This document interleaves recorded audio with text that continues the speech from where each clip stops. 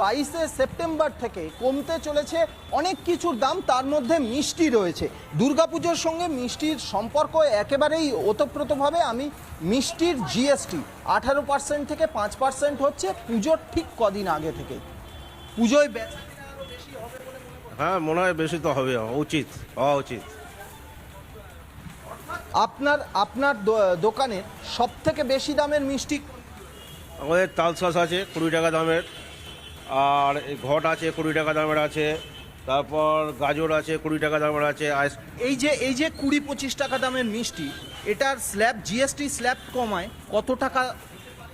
মোটামুটি 2 টাকা তো কমতেই পারে, এটা 2 টাকা কমবেই,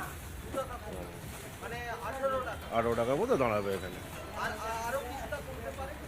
আর ওটা এবার দেখতে হবে কস্টিং করে কত কি আসে না আসে, 2 থেকে 3-4 টাকা কমে যেতে পারে। অর্থাৎ তনয়া, এই যে মিষ্টি, বিভিন্ন ধরনের মিষ্টি, আজকে যেটা 20 টাকা দাম, সেটা কিন্তু 22 তারিখ থেকে 2 থেকে 5 টাকা কমতে